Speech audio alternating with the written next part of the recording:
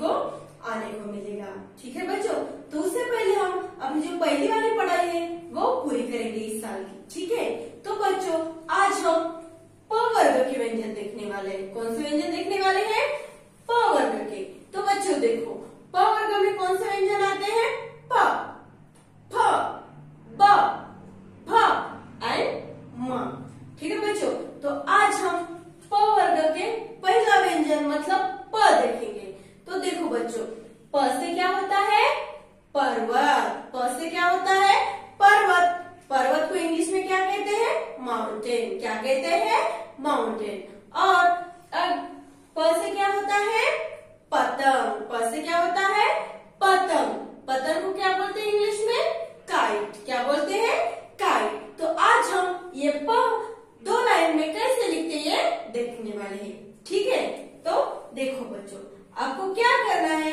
सबसे पहले sleeping line लेनी है, बाद में आपको स्टैंडिंग लाइन लेनी है और आपको ये जो कर्व लाइन है यहाँ से जॉइंट करनी है। देखो प रेडी हो गया है। और sleeping line, standing line and curve line. ठीक है, और sleeping line, standing line and curve line. देखो बच्चों, अब प रेडी हो गए। आपको ऐसे प आपके वर्क बुक में निकाल के और आपकी जो 2 लाइन की नोटबुक है उसमें निकाल के मुझे पिक्स भेजने। ठीक है बच्चों, तो अभी हम प वर्ग का दूसरा व्यंजन देखेंगे। प वर्ग का दूसरा व्यंजन देखेंगे। कौन सा है प वर्ग का दूसरा व्यंजन? फ। तो देखो बच्चों, फ से क्या होता है? फवारा। क्या होता है? फवारा। और फ से क्या होता है? फलक। फलक मतलब ब्लैक बोर्ड। देखो ये जो फलक है इसको क्या कहते हैं? Black board. या ये जो ब्लैक बोर्ड है इस पर हम क्या करते हैं? लिखते हैं। ठीक है बच्चों, तो अब हम ये जो फ है ये 2 लाइन में कैसे लिखते हैं देखने वाले हैं।